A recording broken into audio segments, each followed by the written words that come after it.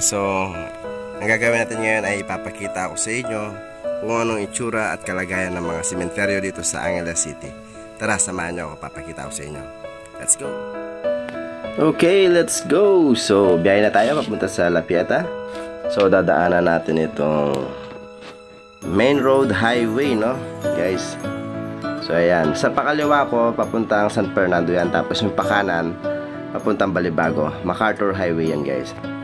So, sa ngayon, hindi pa nakasarado yung highway natin dito, guys. So, itong MacArthur Highway. Kasi kapag November 1 talaga, sinasarado itong kaliwa rito. Itong portion dito. So, ang daan nun, diretso lang. Mahabang likuan, no? Pero for now, as of now, open pa yung daanan natin. Ito yung dito, itong portion dito, ito yung sinasarado dito, guys, no? Ito yun, guys. So, kaya nila sinasarado ito, guys. Kasi, lahat ng mga pumapasok sa La Pieta, guys, naglalakad sila. Ito yung ginagamit nilang daanan. Lahat dyan ay naglalakad, bawal ang sasakyan. Kaluwang ng daanan natin ngayon, no? Ito yung dating daanan na makikita mo mga puno ng akasya. Pero ngayon, nag-widening na. Lahat sila ay natanggal na. But it's okay. Ang mahalaga ay lumapad yung ating daanan. Ganun talaga, no choice eh. So, ibig sabihin nun umasenso ang Angeles, guys. So, lumapad yung daanan natin dito. So, sa bandang kaliwa may bowlingan dyan. Tapos may gasoline station dito sa bandang kanan natin. Okay, so diretso lang. Kung naghahanap naman kayo ng mga surplus parts ng mga sasakyan, meron dito sa bandang kanan. Yan banda, guys, so pasyalan nyo lang dyan. Tapos ito sa bandang kaliwa rito, dyan, bisitahin nyo rin dyan, guys, no? Marami rin mapagkakainan dyan sa kaliwa dyan. So marami nagbago dito, marami nag-improve.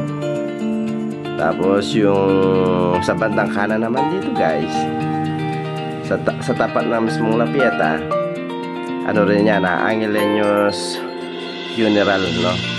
Kung saan pwede maglagak ng mga pumanaw na kamag-anak o kaano dyan, guys. So, inquire na lang kayo kapag gusto nyo magtanong dyan. So, ngayon, papunta na tayo sa tapat ng La Pieta. So, tara, guys, samahan nyo ako, guys. Ipapakita ko kung ano meron sa loob ng La Pieta. Okay, wait lang, hindi ako pinagbibigyan dito, but it's okay. Lahat naman ng bagay ay nakukuha sa paghihintay, haba lang ng pasensya. Alright, so there we go. So, itong La Pieta, guys, no? Meron din sila ritong crematorium. So, ayun, guys, yung crematorium, meron sila dito, guys, na meron crematorium dito. So, ano ibig sabihin ng crematorium? Kung saan ikinikremate, no? Ikinikremate yung mga labi ng mga mahal natin sa buhay, guys, no? So, kung interesado kayo or gusto nyo malaman yung presyohan, guys, pwede kayo magtanong dyan, guys. Diretso lang. Pangalawang kwarto, no? Bandang kanan. Pasok lang kayo, guys. Pwede kayong magtanong.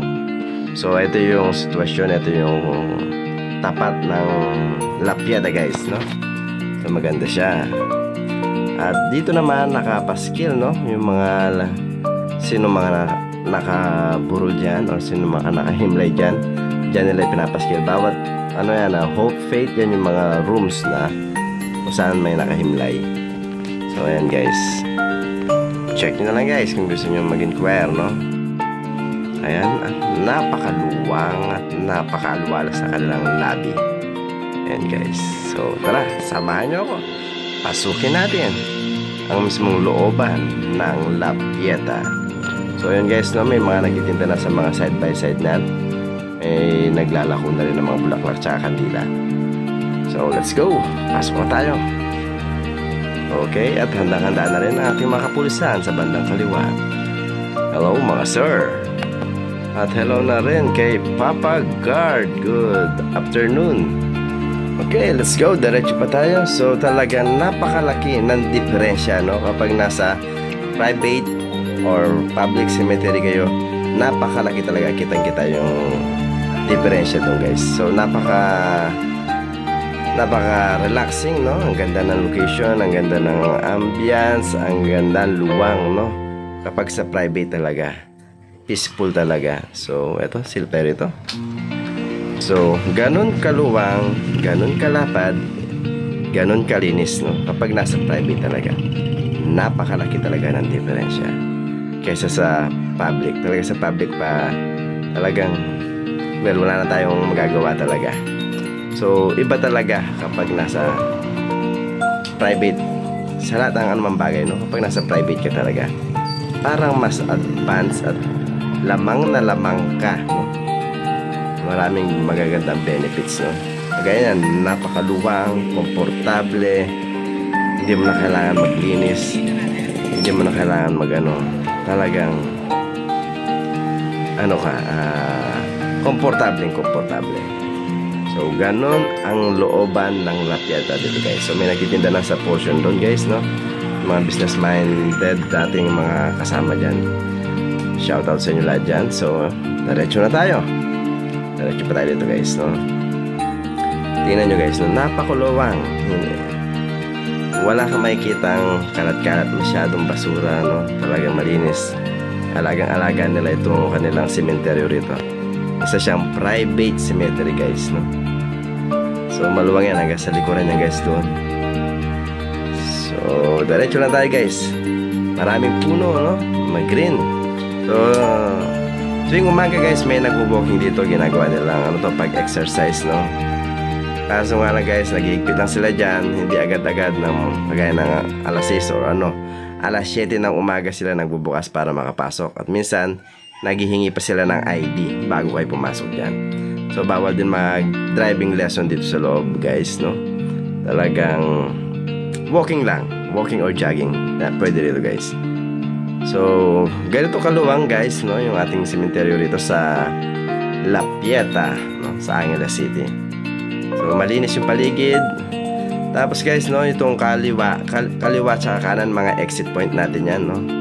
Exit point nun, may kanan, may kaliwa. So pag dumaretso kayo, meron tayong likuan dyan sa bandang kaliwa o bandang kanan, mga exit point dyan. So diretso lang. Okay, diretso lang. Talagang maraming mayayaman dito. Tignan mo, napakaganda ng kanilang mga musuleo, no? Sige, guys, tuloy lang tayo. Tuloy lang. So yung mga musuleo na yan, sari-sari na yan, no? Yan yung mga pamilyang mayayaman na pinag-isa-isa nila yung kanilang lagakan ng kanilang mga mahal sa buhay, no? So napakaganda. Organized sila, guys, no? Iba talaga kapag nasa pribado ka. Okay. So parang mamahalin yan, guys, ha? Siguro may mga presyo ang musuleo nila. Okay. So well afford naman sigurado nila yan. Okay. So tuloy lang tayo, guys. So papuntang Manggahan na yung bandang dulo doon, guys, no? Ayan ang ating exit point. Left and right. Left and right. Pwede tayo lumabas, guys. So kakanan tayo dito, guys. So tingnan nyo, guys, no? Napaka presko rito, guys. Maraming puno. Hindi ka mabibilad ng todo-todo. So dito may mga nagtitinda-tinda na rin dito, guys, no? Lalo na sa November 1, no? Diyan na sila nagkalat yung mga nagtitinda natin. Yung mga kababayan natin, nagsa-sideline din. Ayan, guys, so kitang-kita nila yung opportunity, no? Maraming tao, kaya sinasabayan na nila ng pagtitinda, pagbibigay ng serbisyo.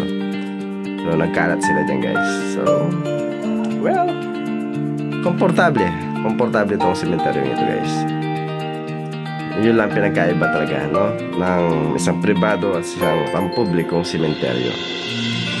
Okay. So yan, guys. So sinilip ko lang dito, guys, yung punto na nanay ko, guys, no? Pero hindi ko na ipapakita. Dito lang siya banda. Nasa portion dito. Okay, so there we go. Ayan. Sa ngayon, kakaunti pa lang yung tao. Kita nyo naman yung paligid, guys, no? Mga alaga yung damo nila rito. So nag-aarkila rin sila ng mga nag-maintain ng kanilang puntod dito, guys, no? Pwede kayo magtanong-tanong dyan. Didiligan nila, gugupitan nila, no? Yan, guys. So ayan yung mga pamilyang Pilipino na nagsasama-sama tuwing araw ng Undas, no? 203. So yan ang palatandaan ko, guys. 203. So Yan guys, no?